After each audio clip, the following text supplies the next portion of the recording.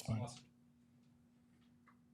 Wee-oo, little breaking news.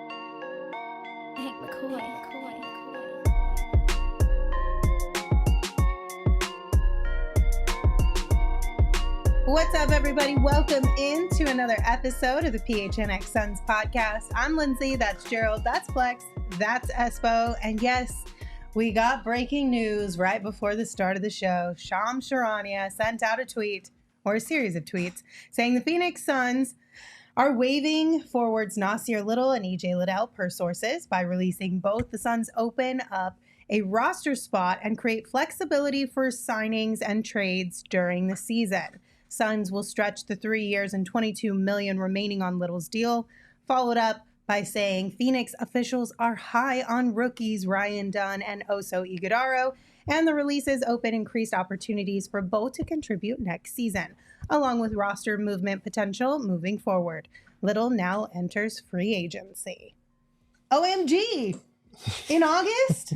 Yeah. Who would have thought? I mean, we did, because we reported a month ago that this was a possibility that they might waive Nassir Little. Yeah, I'm surprised they did it at this point, a month later, but it does kind of make sense. He feels like a guy that we haven't talked a lot about for a reason, because he might not have been able to play very much on this particular roster. Yeah. And now, as a second tax apron team, you have to maintain flexibility wherever you can. If he wasn't going to play, you might as well keep that roster spot open so that if you navigate a trade where you're getting two players in return for one, you can just absorb them right into that roster spot and not, cut him mid-season to do that. Yeah, but everybody assumed that they were going to trade Little, and the Suns front office went, not so fast, all right? I had to do that for you, Gerald. Don't throw me under the bus. That's your kind of joke. Is it? Yes, 100%. I'm upset. I know there's people up there. I know there's people that are kind of upset, thinking they should have used Nassir in a trade or whatever. But to Gerald's point, now this opens up the possibilities to trade one piece and potentially bring in two. It also leaves you an open spot where if something unexpected happens, right? If somebody becomes available through some crazy angle or something that we can't see, they have a potential to go there. But it also, to me, it confirms to me that they're pretty comfortable with their team. Mm-hmm. Like they like what they got.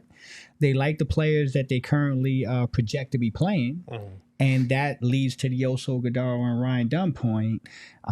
This is probably a good move in regards to flexibility, and it gives Nas a chance to go out there and look around for whatever options. It's a little late for Nas, honestly. I mean, he can probably still find a team. But it's a little bit later in the process of it all. But that dude in the chat said, why not trade Nassir? Didn't he have a decent-sized salary? That could have been the reason why they couldn't have traded him, to be honest with you. Maybe teams were not willing to play ball with the Suns when it came to Nassir Little, no matter what they tried to package along with him. It was only $6 million, too. It wasn't but if teams didn't want to pay him $6 million over the course of however many years, I would assume the Suns did their due diligence to see if there was something they could get in return. Do you guys participate in Facebook Marketplace at all? You look around occasionally there, and sometimes you'll see that item that's just priced at a ridiculous amount, and you're like, who's going to buy that? No offense to Nassir Little, but I think we were at a point due to the injury issues that he's had, the price tag, that why is somebody going to trade for Nassir Little just to get 2 second-round picks, right? And then either have this guy on your roster and hope he stays healthy, or turn around and cut him. I don't think 2 first-round picks or 1 first-round pick, or second-round pick. First-round pick, second-round pick that the Suns had to offer was really going to intrigue somebody to give up something of value in return for that. So you've got to consider all this. I know fans always think, well, salary, you can trade it. But you also have to remember there's two participants in a trade, and somebody has to want what they're getting back. Plus, when you waive and stretch, it takes that hit money-wise and spreads it over, I believe it's 7 seasons now. 7 seasons, It's twice as many years as there are left on the contract. He had 3 years left plus 1. So plus 1. 3 years left plus, or times 2 is 6, plus 1 is 7. It's going to be about $3.1 million per year with his money that he's owed. But John Hollinger said that they'll save about $40 million in tax penalties over the next 2 seasons based on their current payroll. There will be a little bit of a tax hit if they wind up signing a player just because they have that money from Nas, and then they'll be bringing on more money.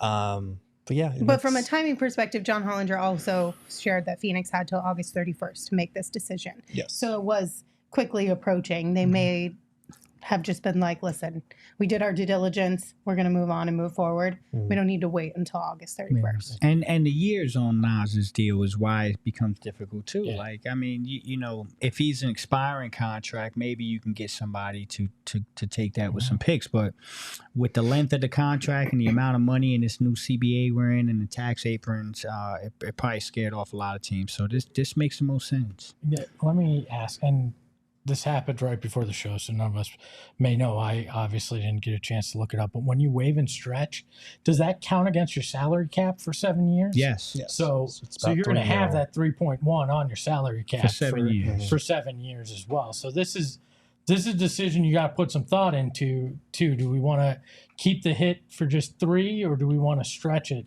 there? So that's another part of this decision that they. But that's also why you saved the $40 million in taxes. Because you lower that number annually. So, I mean, this is a crazy business, and it is a business. And so we saw what Matt has done with the roster and $400 million payroll.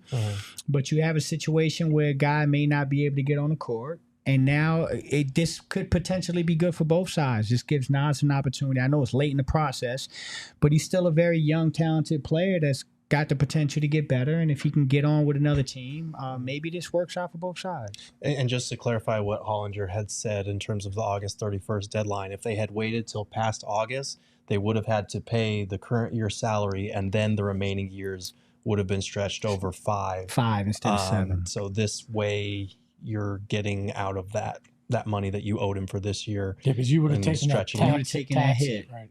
Yeah. So. Well, this emergency podcast segment is brought to you by our friends over at Indeed. Listeners of this show will get a $75 sponsored job credit to get your jobs more visibility at Indeed.com/AllCity. That's Indeed.com/AllCity. Terms and conditions apply. Need to hire? You need Indeed. Is there an NBA version of Indeed that Nassir can put his resume up on right now? I hope so. I surely hope so for him. I don't mean that rudely. I'm just asking. Like, do you like start? Does your agent just start calling teams? Yes. You can say something politely and it still be rude as fucking nature. I wish not. I wish Nassir Little all the best.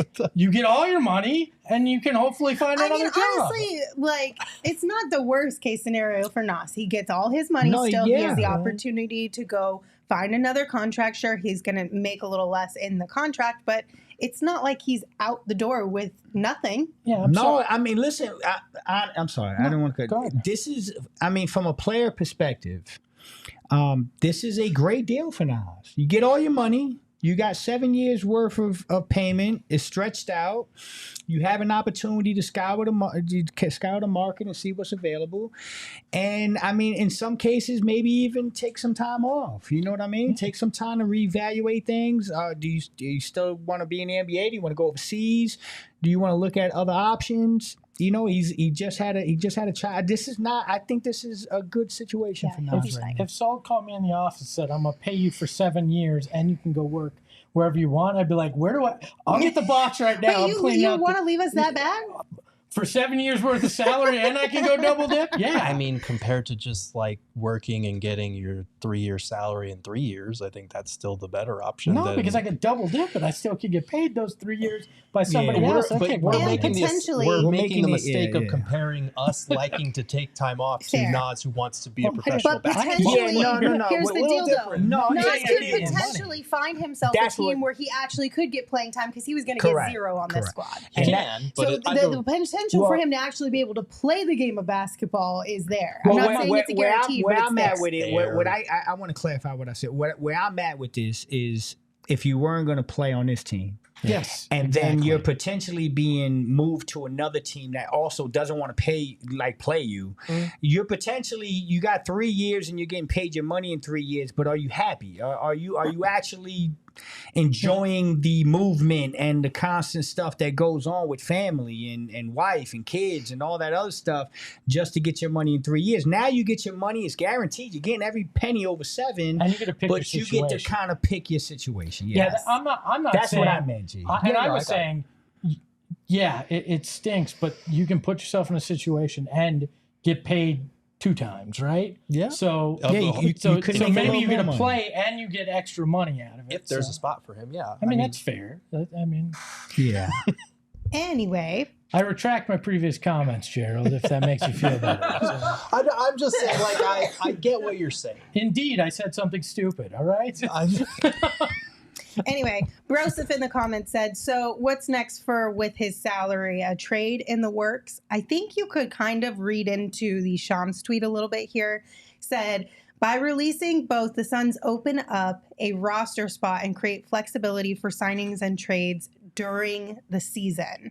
Now, you can speculate all you want around this. If you really want to dive in and dissect Shams' tweet, sounds like he was maybe given some information that hey, maybe we don't have somebody planned or lined up right away that you'll see come tomorrow or Friday or Monday. But it does give us flexibility for the next couple of months, even a few months into the season. Maybe we start to get an idea of what we'd like to bolster our roster with, or maybe more guys become available once we hit those certain dates within the season. And they're just holding that spot open for whatever potential comes their way. Well, think about what Josh Bartelstein said to us when it came to Tyus Jones. They didn't have their first conversation with Tyus Jones till Summer League, right? They didn't think that was even going to be a possibility. So this gives you flexibility if one of those other guys maybe on the market decides, I'm willing to take less than I expected. Now it's an easier path, right? Plus you saved the money in terms of luxury tax. So it's flexibility here. That's the smart thing. And they saved that money on top of it to make it easier to decide to make another move at some point. I think that's as simple as it gets. I'm just worried about the fact that with the open roster spot, they got to get to that salary floor. I'm joking. I'm joking. I mean, guys. it's a fair concern. No, honestly, it really you is. can spread this out for the next 5 years. You still hit the salary floor. Yeah, they're way over that floor. By the way, Dagoon says Emma Stone gave Ishbia the thumbs down, so Little had to go. She's apparently replaced Isaiah Thomas as the shadow GM of this group. So. We love Emma. Okay, a couple things more from the chat. A couple people were talking about how the follow-up tweet from Shams says Phoenix officials are high on rookies Ryan Dunn and Oso Ighodaro, and this release opens increased opportunities for both to contribute next season.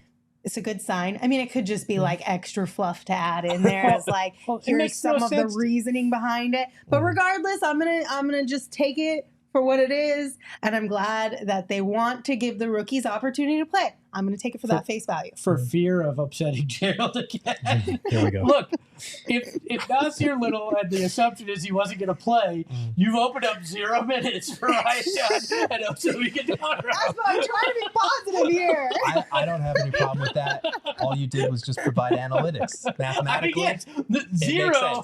Can't squint that up, right? Mathematically, it makes sense. But no, I'm damn it, Espo. We've been hearing this all summer about the rookies. We've been hearing it from Vince LaGarza, from Ishbia, from Budenholzer, from Josh Bartelstein the other day when we talked to him. They are very high on the rookies and their ability to contribute.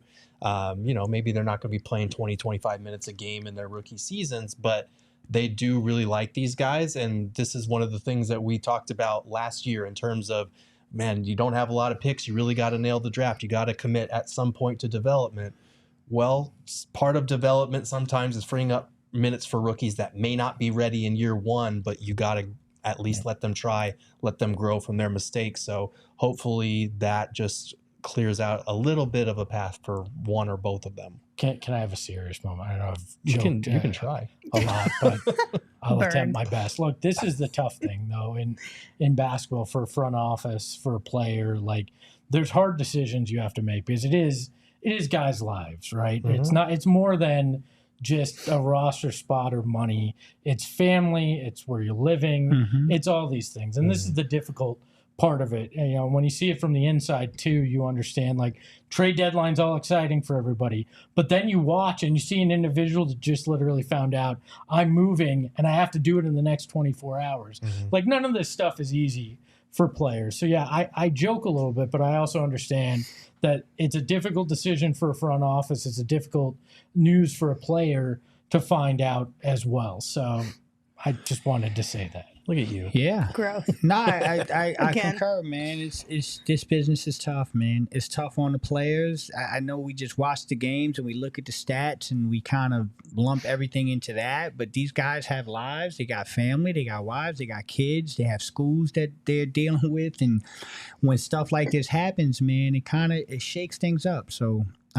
Yeah, I mean, I'm happy for Nassir that he got all his money and that he's got the potential to kind of reset, recalibrate, sit down with his team and try to figure out what the next move is at a professional level with basketball because I'm sure he's still got a lot left in the tank. So just hoping anything works out with him. But I think this is going to end up being something that works out for both sides. Still a very young player. Hopefully he is able to latch on somewhere with the extra time that he has now between the start of the season, because it is difficult when you get waived mid-season if that were to happen in a 2-for-1 type trade. That's right. And then you would have to latch on with a team, whoever still has a roster spot. That can be difficult to do. And he's a super nice guy, really smart guy. When we talked to him a couple of times this year, just couldn't quite stay healthy again this season. Yeah. And, the 3-ball kind of came and went, and he had his moments, but unfortunately just wasn't able to, like a lot of the guys that were on our bench last year, wasn't able to put it all together into something sustainable. He strikes me as a guy, if he wound up on like a Washington Wizards or whatever, would get minutes and could catch some attention that way in the right situations. He's got the athleticism. Yeah. We saw flashes in Portland. It was just, this was a complete numbers game. You just weren't going to, get a appropriate shot with this group. And we talked a little bit about it ironically yesterday. We're just talking, and you want to higher ranked players coming out of high school, went to North Carolina, first round pick. There was a time in Portland where I thought he was really going to take off, and then he had a quad injury, and then that kind of set him back. And it feels like I feel bad for Nas because I feel like every time he started to build momentum, there was some type of freaky injury or something that kind of took him out of the rotation, and then that rotation gets settled, and it's hard to get him back in. So it's been some tough breaks for Nas, but I do believe in the player. I think Nassir Little has a lot of basketball left in him, and I think that I'm praying that this opportunity is something that he can latch on to, like you said, a team who just gives him the opportunity, and maybe he can get a little stride going. Yeah, we definitely wish him the best of luck. Appreciate the time that he spent with the Phoenix Suns. But Love Y'all did send us a super chat and said, we're making space for Jalen Bridges. And number 25 is now open too. That's also another added bonus here is you've got, by my count, 2 players, possibly 3, depending on what they see out of Ty Washington, on 2-way contracts that could earn a role. Like if one of the point guards goes down, Colin Gillespie is too good for the G League. I'm going to say that now based on what he did last year. And Jalen Bridges, just being a catch-and-shoot 3 guy, a defensive wing, that could give him a path to minutes as well. So you maintain flexibility in that sense too.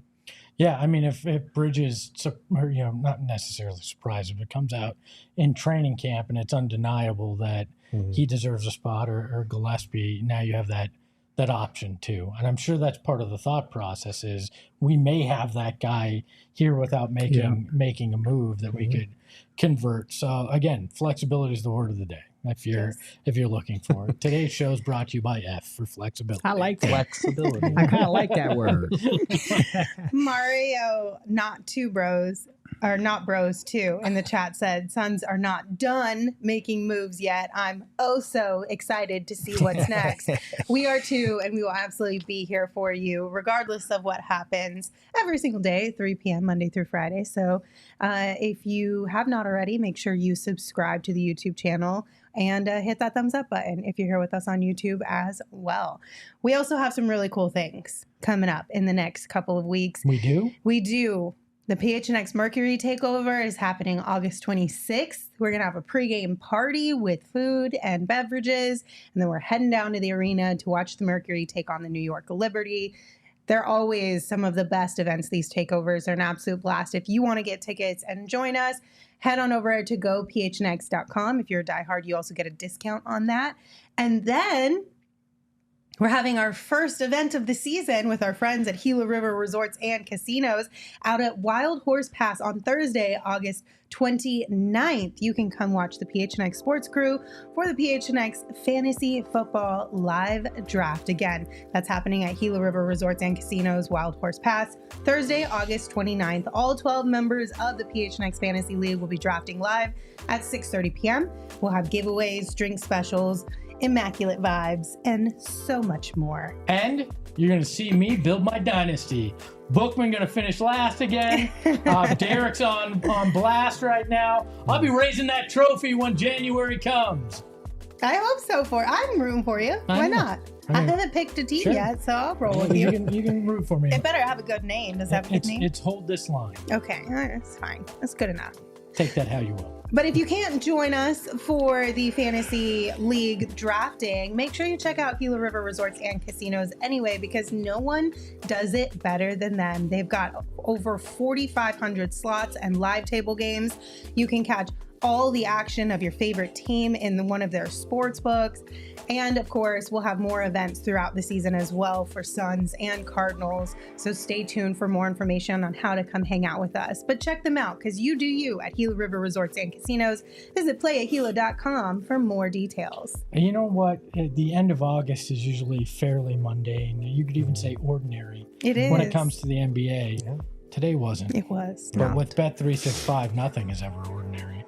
Because you don't settle for ordinary when it comes to your sports betting. You want something that's extraordinary or extraordinary, depending on how you pronounce it. And look, they have over 90 million users worldwide. If 90 million people are there, you should be there too. It's just that simple, because that means it's popular and you want to be a cool kid. And that's just the truth of it.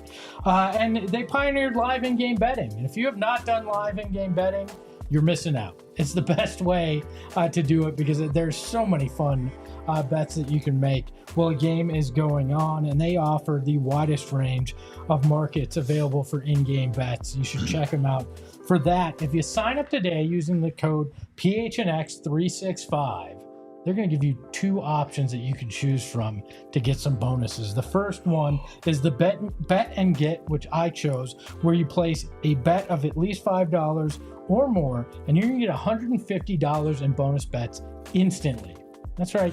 Nothing else you got to do. Instantly, you're going to get it. But if you're like Flex and you like to make some bad bets, you can do the first bet safety net offer by placing up to $1,000 on a bet, and you're going to qualify to get that back in bonus bets if your bet loses. So Flex, no danger. Nothing to lose. Nothing to lose there. So make sure to download the Bet365 app and use that promo code PHNX365 when you sign up. Choose your offer and find out why it's never ordinary at Bet365. A disclaimer: must be 21 or over and physically located in Arizona. If you or someone you know has a gambling problem and wants help, call 1-800-NEXT-STEP or text NEXT STEP to 53342 or visit problemgambling.az.gov. All right. Before we move on, Axel in the chat just joined and said, all right, what I missed. So if you are just joining, you missed just a little bit of news. Nice little bit. No pun intended.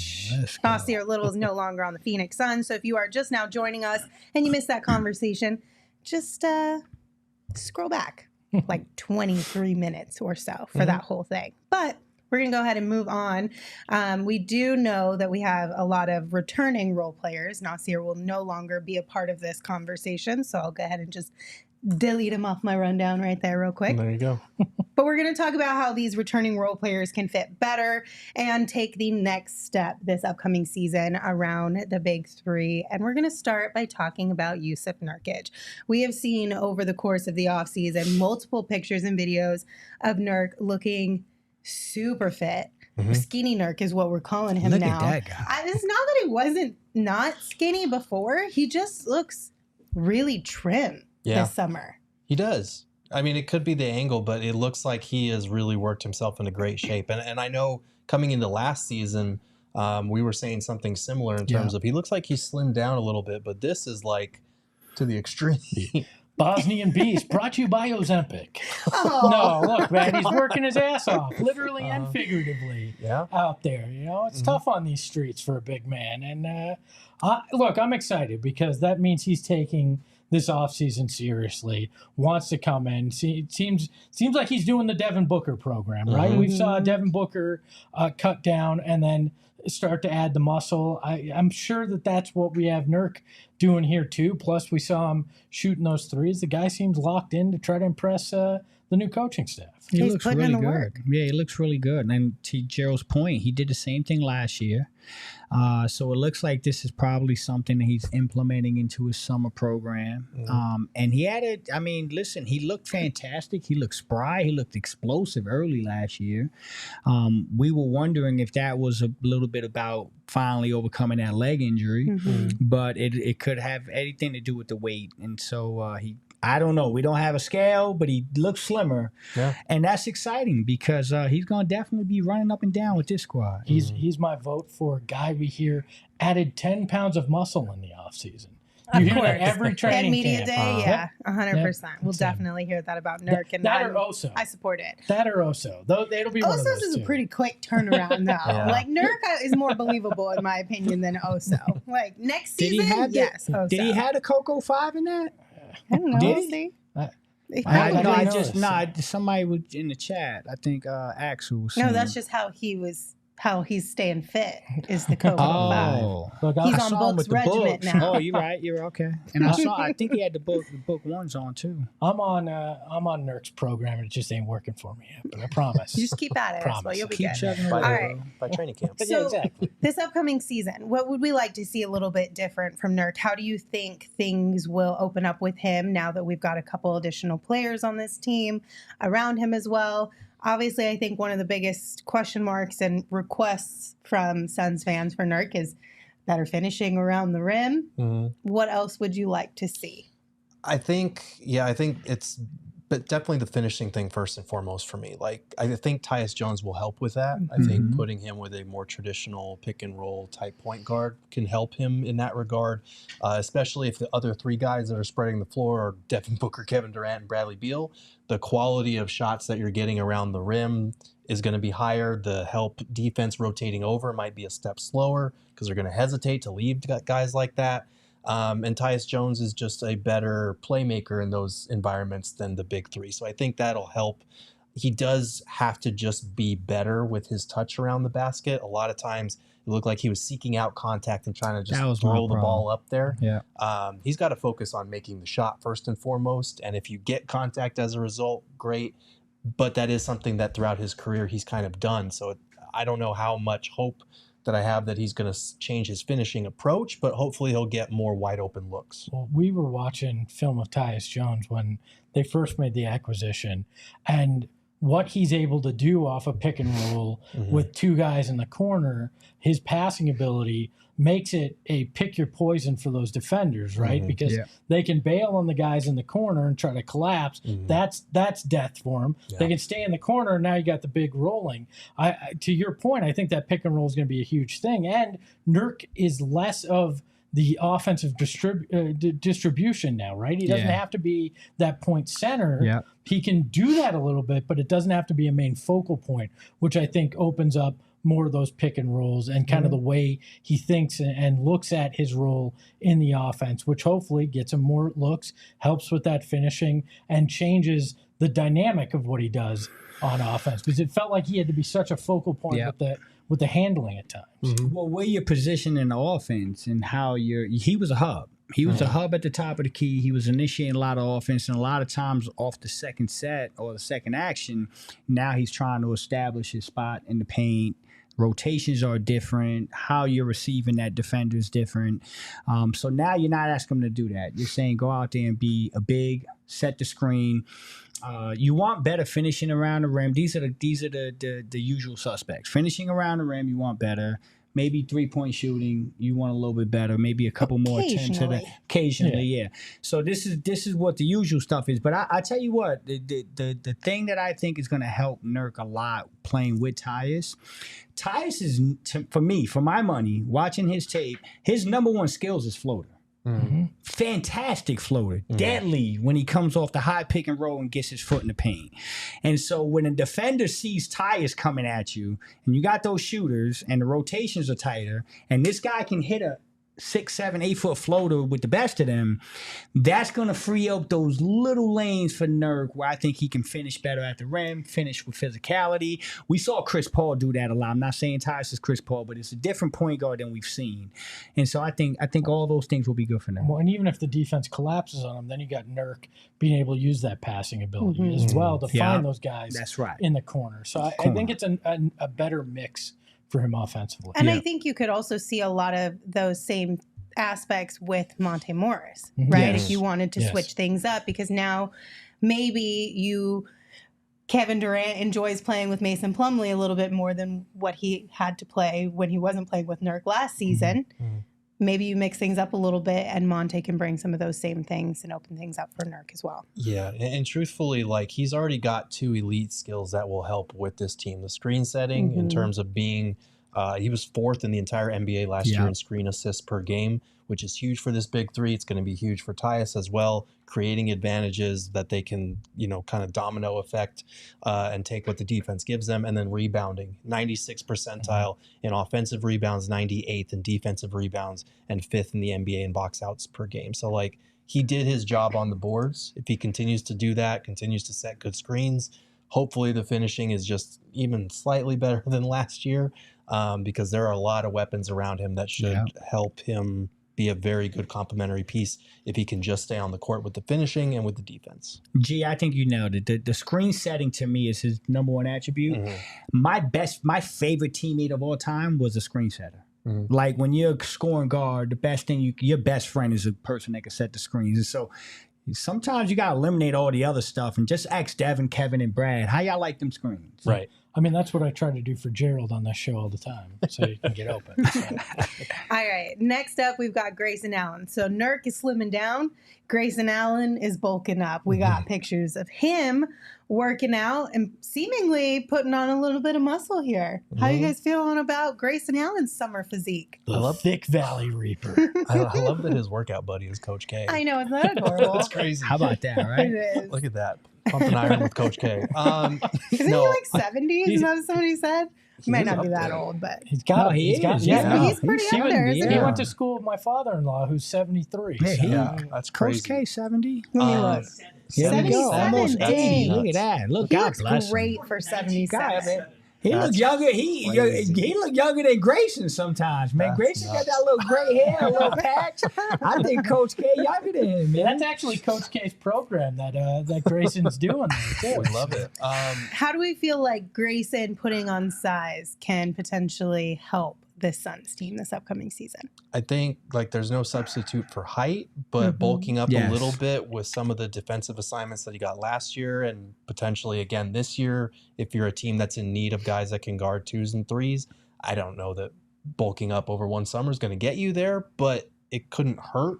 And there's no disadvantage to being a shooter, especially one that is attacked with closeouts and can attack those closeouts. That's going to help because we saw Grayson get into the lane quite a bit, drive and kick, being able to put on some bulk, put on some strength, and finish in those situations is a good thing no matter what position you play. Well, and we saw his sneaky athleticism, which I never think is fair. If a guy has athleticism, it's not sneaky. He just doesn't do it enough. But and we saw that last year. I think going in the lane with a little more bulk is never a bad thing when you're.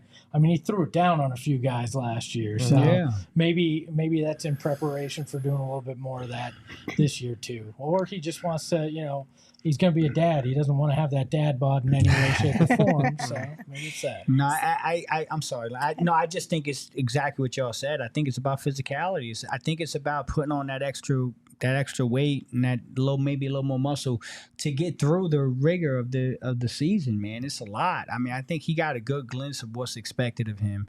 And I think he was a little beat down towards the end. So yeah, working on the body now, getting ready for that grind. One thing I am curious and looking forward to seeing when it comes to Grayson Allen is if this new coaching staff under Coach Bud decides to make the change of putting Royce O'Neal into that starting lineup and moving Grayson Allen into that 6-man role, what exactly we're going to see from him. Because I do think there's a potential where we could see even more volume of threes from Grayson night in and night out because he's not, quote unquote, competing necessarily with the big three, if that kind of makes sense. Not that he's competing, but there's always that. I mean, it's pretty. I feel like with Tyus, the big three, and Nurk, like he's going to be on the bench no matter what you do with Royce O'Neal. I'd be surprised if Grayson is still starting when you brought in Tyus and promised him a starting job. But yeah, like Grayson, to your point, I want to see time with him on the court with the big three, and I want to see him alongside Monte and Royce in a bench unit because we really didn't have like a bench that we could trust, like a platoon type system. I feel like we're not there. We still want to stagger the big three and play to our strengths and have stars on the court at all times.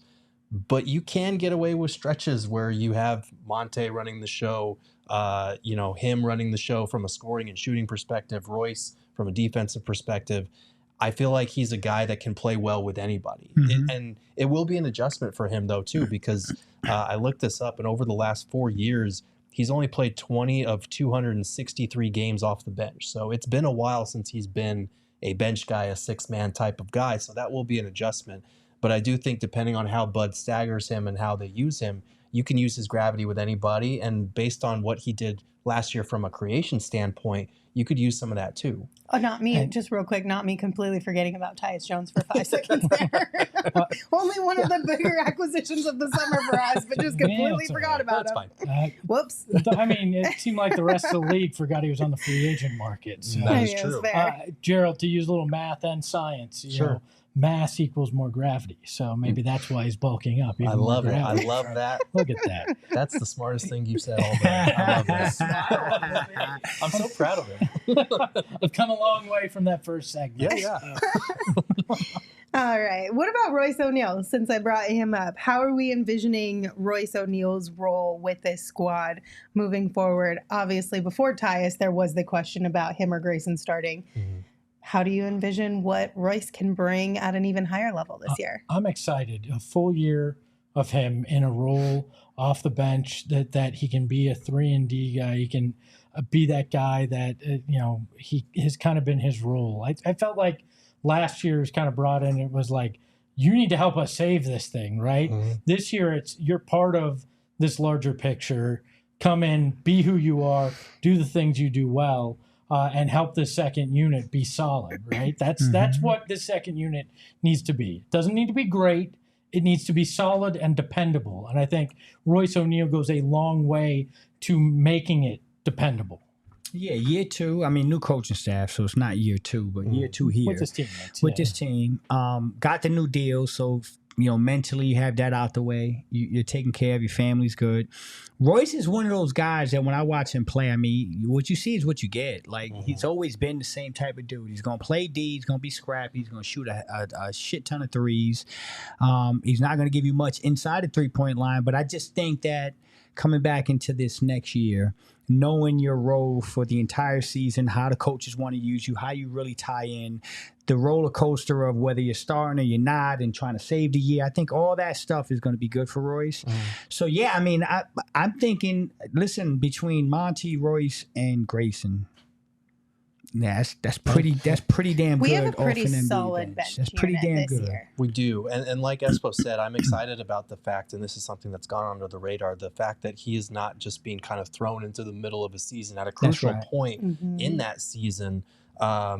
And he still was able to have the impact that he did. Because if you look at on-off numbers, the Suns outscored opponents by 9.4 points per 100 possessions when he was on the court, best on the team, and they were outscored by 4.1 points per 100 possessions when he sat, which was worst on the team. Yeah. So he had a tangible impact on winning whenever he was on the court on both ends, with the defensive communication, with the underrated passing, which Mario Not Bros 2 brought up in the chat. Like, he's just a good connective veteran piece. And yes, in the playoffs, he really didn't look like that at all. But again, we say that about everybody on the Suns in the playoffs. So this is a guy that can come in off the bench, be reliable. And now that he's there through training camp, through the start of the season, hopefully he'll be even better in terms of the impact he can have. Yeah. All right. We'll dive into some more players here in just a second. But first, I do want to remind you that our friends over at Circle K have a new free membership program.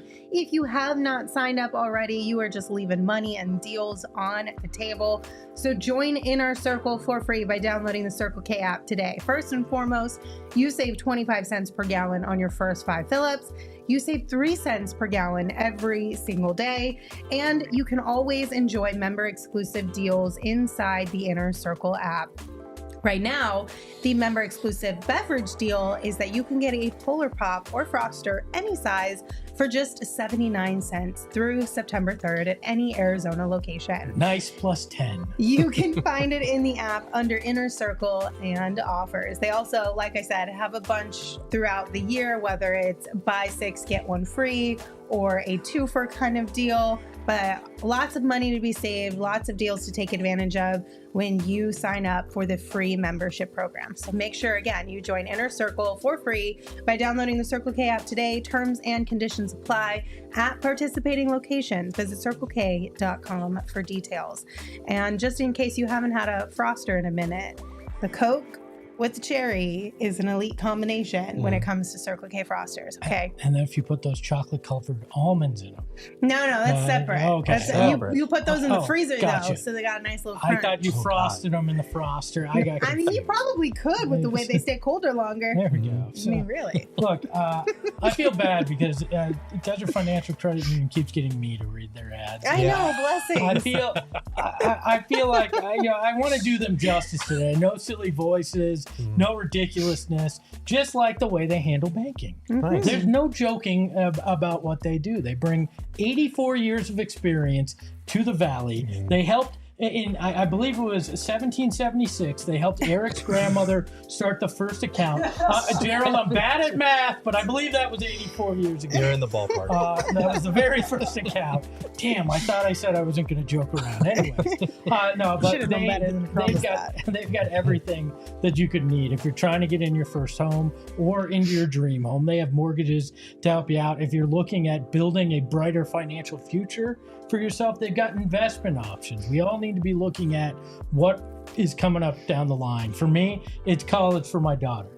I think she's going to get scholarships, but I probably still should have investments just in case. So I'm going to be looking at that. There's all sorts of things though, savings accounts and other things that they have as well. Credit cards, if you're into such a thing, you can get that there too. So join a credit union that is committed to giving back to the community and sharing success with its members. No laughing matter about that. When you open a free checking account online, you're getting $200 in bonuses.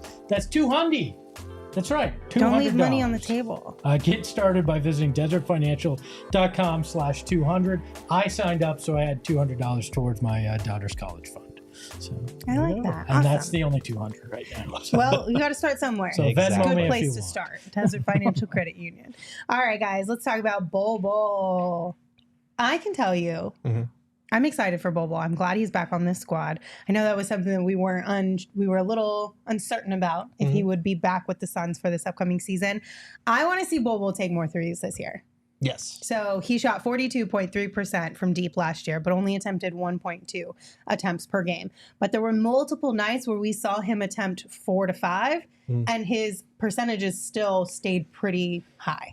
So I want to see Bobo launch threes this year. Yeah, like you said, it was on a limited number of attempts when you look at the per game basis, but his numbers kind of fluctuated based on his role because there were some games where he got ample minutes as a rotation player, and there were some where he just was kind of not in the rotation at all or got less than 10 minutes. So it's hard to kind of parse through that. But when we did see him on the court in extended time, being able to knock down that three opened up everything else in his game. Because for the most part on offense, he was on the perimeter. He was a catch on like kick out kind of guy. And he could either make the three, or if they were closing out too hard on him, he had a really good game attacking those closeouts and finishing oversized because he's so long. Like nobody can really contest that shot. So that opens up everything in his game if he is able to continue shooting it at a high clip. The question is whether it's sustainable to be a reliable three-point shooter. It is, Gerald. We're speaking it into existence. It is. Can I make a bold prediction? Yeah. He's going to tie or break his father's career high of 6 3-pointers made in a game this year. Okay. I don't think that's too bold. I think in Bud's system, with what he's done with bigger guys getting open from deep, where we know that's not going to be Nurk. I can see Bull being a guy that winds up getting some looks on that second unit that are nice and getting in a rhythm, and them just feeding him from that distance in a game, and it just kind of snowballing. I think that's on the board. I can see that. I can see him getting hot and getting 6 threes. You said breaking it? Yeah, could get 7. Okay. Yeah, I can see him. The Devin Booker. Yeah, that's right. It's a 7. It'd be unbelievable. I know 7's tough, but no. Listen, he's that type of skill. The 3-point shot is everything with Bo for me, and I say that because I think if you get more volume and the percentages are able to stay where they are, now you become deadly. And I think he's going to have a breakout year. I think this is going to be a guy that we're going to be talking about later on in the year across the league and saying, oh shit, he figured it out. I mean, we saw glimpses of it last year. You saw glimpses of it, correct. You see glimpses of it, and to Gerald's point, he is one of the most unique athletes I've ever seen play. I mean, when he gets you at the 3-point line and he gets you to run off it, dribble, and gets into the paint, it's unstoppable. Right. He can put it up over you. He can change angles with his length. It's beautiful to watch. And the one thing you can't put a price tag on is the energy that he brings to the fan base and to the team when he does those things. And so, yeah, if he can get that at, what was it, 1.2? 1.2 threes per game last year. Yeah, I mean, if you can shoot, he's shooting 42%. Shot 42%. Yeah, I mean, if you get that up to 2.5, 3 a game, and you're shooting 40%, that guy's breaking through this year. If Bud shows him trust, he could be Walmart Wemby, and I don't mean that as an insult. I just mean when you're making $2 million and having a skill set like that. Is it Walmart Wemby or more like Walmart Chet Holmgren?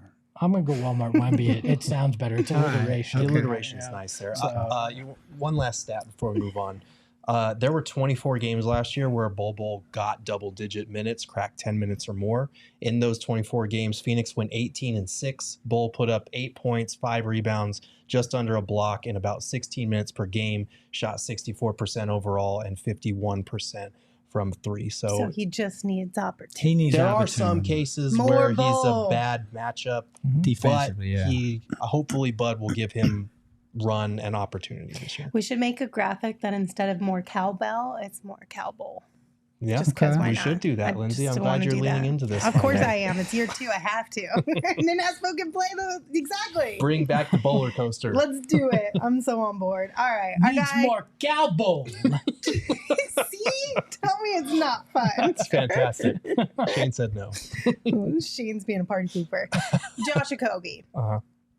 Obviously, we know the answer here. He's got to knock down shots. For them to be able to fully rely or take advantage of his defensive abilities, he has to knock down some shots. He does. And it's disappointing because I know last year he made some strides. It was only 33.5%, but it was a career high. It was moving in the right direction. There was that stretch for a couple months where it looked like he was a knockdown 3-point shooter.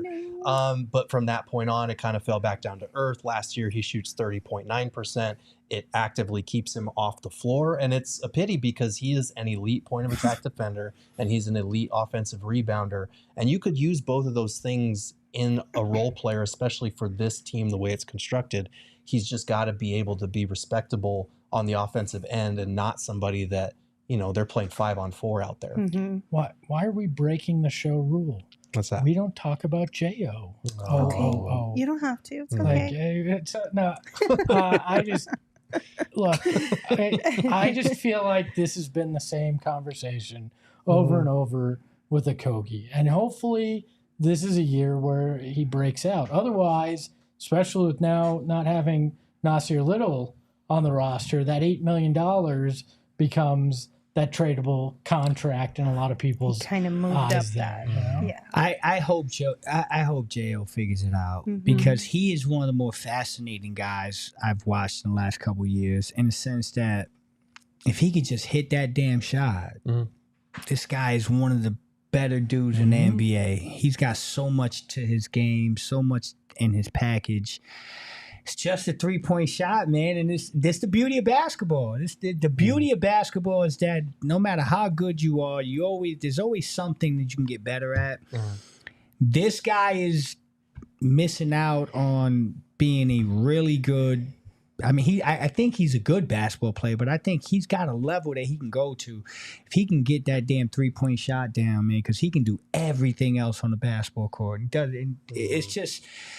I'm praying. I don't know how much long you can wait, right? I don't know if this is the straw that breaks the camel's back if he can't do it this year. Well, I think when they brought in Tyus Jones, his path to more minutes shrunk a little bit because obviously they brought in Monte Morris to be the backup point guard. I think J.O.'s best path to minutes is being their defensive point guard. He's not going to run point on the offensive end, but he is going to guard your best point guard. If you have Tyus Jones out there and Monte Morris playing significant minutes, it's hard to figure out where you can slot Okogie in, even though he can guard 2s and 3s as well. It's tough. And he's found ways to provide value offensively, like the offensive rebounding, like being used as a screener and roller. But he's not the best finisher around the basket either. And so when you can't do that, and when you can't shoot threes, it's tough to envision the path, even though point of attack defense, 95th in on-ball defense, 91st in passing lane defense, 94th in pickpocket rating, 93rd in deflections, 89th in steals. Right. These are elite percentiles, but if you can't do it on the other end, it's hard to find minutes. Well, and you've already got a guy that you believe in his defensive prowess that can't shoot in Ryan, hasn't. We don't know yet. Obviously struggled in college, has to prove it, like J.O., and Ryan Dunn that has to do that. And so I actually think that blocks J.O.'s path a little bit more because if you're going to go to a guy that's just defensive minded, you're going to give those minutes to Ryan Dunn because you want to understand what you have there more than Josh Okogie at this point. Now, injury may be a path for him to get some minutes if that happens, knock on wood, touch metal, whatever your thing is. But, I think it's tough, right?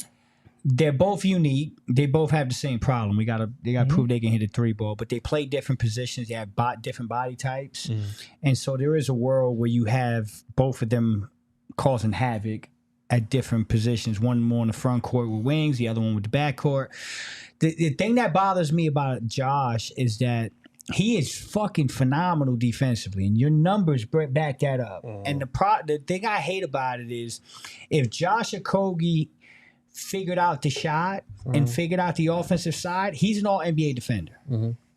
Just never going to get the love because the other side is making you blind to how good he is in the other things he does defensively. So that's the frustration with J.O. is that you're not talking about a fringe guy that he just plays defense and we know that. You're talking about a guy that could be all NBA defense if the offense gives him an opportunity to have a bigger stage and stay on the court. What's that thing that book said that one time? If it was fifth, we all be drunk. All right, next up, Damian Lee. Sorry, was that mean? It was a little mean. I mean, it's true, though. Even though I love Josh Okogie. I mean, if I were 6'9" and athletic, I'd be in the NBA. A whole bunch of ifs don't matter. Last one here. No, it's not. Damian Lee.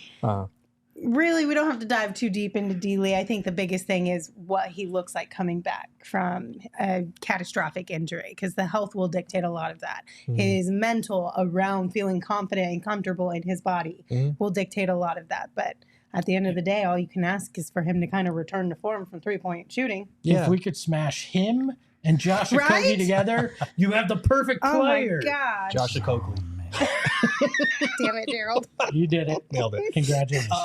You stuck the landing. Got it.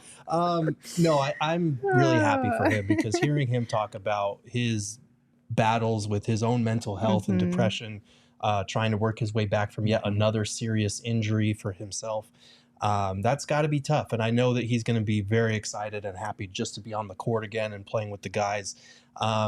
But I think in this system with Mike Budenholzer's approach from three-point range, I can't rule him out of a rotation just yet. I think there are definitely guys in the pecking order in front of him at this point in time because the dude's coming off an injury. But I don't want to forget when he was, I think, third in the NBA in three-point percentage in his last healthy season. The fact that he was 47% on catch-and-shoot threes, 40% above the break, 51 from the corners, and 52% in the fourth quarters. And as we all know, last season, one of the Suns' biggest problems was fourth quarters. Can anyone make a shot? D-Lee was willing to do that. He can do that. And if the offense is emphasizing having shooters to space around the big three, I can't rule him out of the possibility of getting minutes just yet. Yeah, man, you could shoot.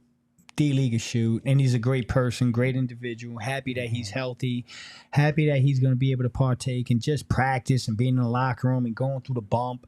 Because as a basketball player, man, that's what you live for. So happy for D-Lee just in general being healthy and hopefully getting back on the court. But you can't listen. That type of three-point shooting is always going to give you a puncher's chance to be a part of a team and a part of a rotation. Shit, the man's first game ever in the Valley hit a game-winning shot. Right? So I'm not ever going to sleep on D-Lee, and I love that he's part of this basketball team. And I think you're right, G. I think if we're trying to put up 43s a game, yeah, man, I'm looking right at D-Lee like, get your ass out there and shoot 40%, bro. I know Give you me can 8 do of it. them. Well, and he's the kind of guy you can't help but root for. Right? Yes. Good Top dude's line, got an yeah. infectious personality. He's fun on court when he gets excited out there. And I won't lie, the idea of having him and Grayson bombing threes at the same time, is enticing from an offensive perspective, especially if you find yourself in a hole at some point and you just need to shoot your way out of it. Yeah. Like, you got some horses now that can bomb from three, and I like that. So Love that. I'm excited. Go ahead. Go ahead. I want to ask one question about this bench when we get a chance. Okay. No, go ahead. You're good. Is this the most well-rounded bench that Devin Booker has had? On paper, yes. On paper.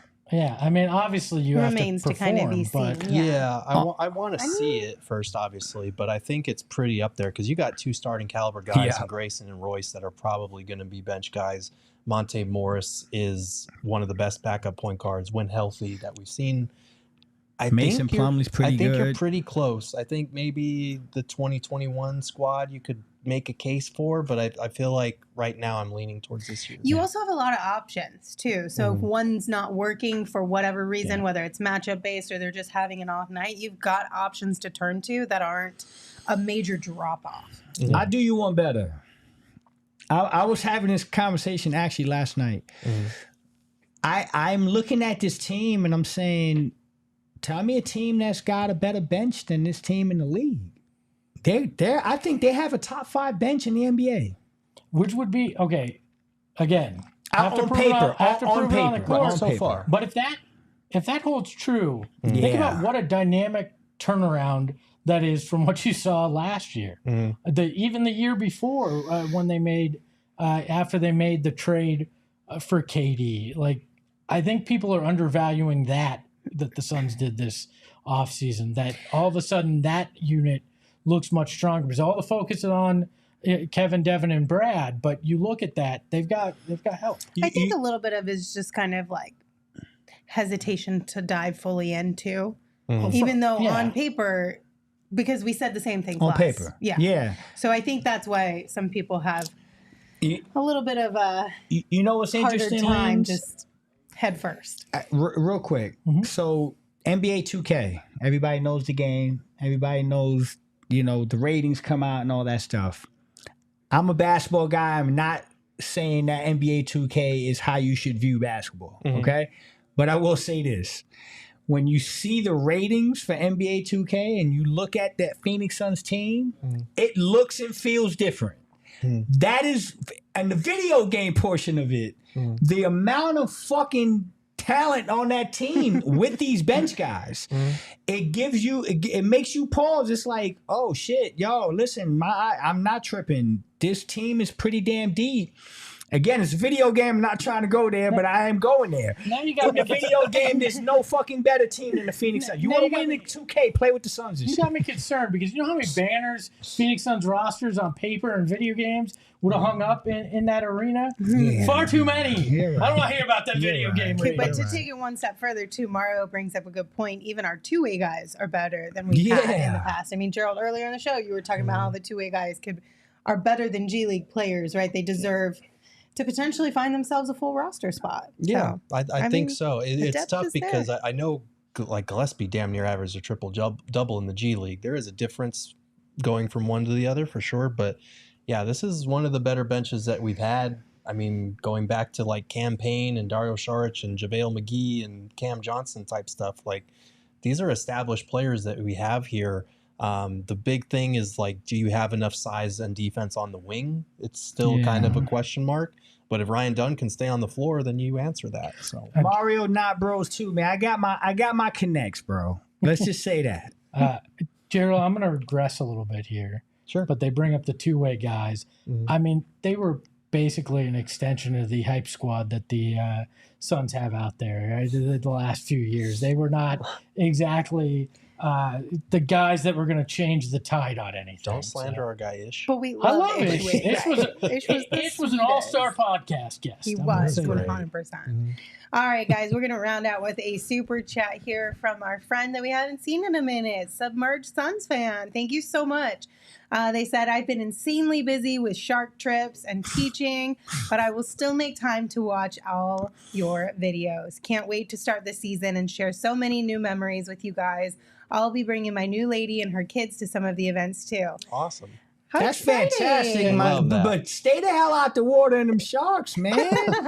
He's a pro. He's a pro. He knows what he's doing. I don't mess with them megalodons, bro. I don't think he's on there with the megalodons. I'm going to say this, though. I've heard a rumor that he met his new lady by saving her from a shark. So is that right? What a perfect love story. I'm just making it up, but I think it sounds great. You should run with it. Let me know if the megalodon's the biggest fish in the ocean, man. You would know.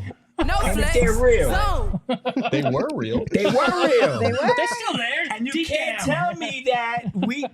what did I say, G? If it walks like a duck and quacks like a duck, don't call it a damn megalodon. So I'm saying 97% of the ocean we don't even know what's going on down there, man. This megalodon's still down there, man. Oh my gosh. Great to see you in the chat, Submerged Suns fan. We're looking forward to seeing you at the events this upcoming year. And just as another quick reminder, since we're talking about events, we got a whole bunch already going on this month, in next week and the week after, and things of that nature. So check them out. Go PHNX.com. You can click on the events tab for all the information. And one more time, if you're a diehard, you get a discount to all of our ticketed events this upcoming season as well. So there you go.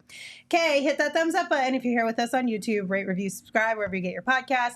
And follow the show on social at PHNX_Suns. You can also follow me at Lindsay Smith AZ. You can follow Gerald at Gerald Bourget. You can follow Flex at Flex from Jersey.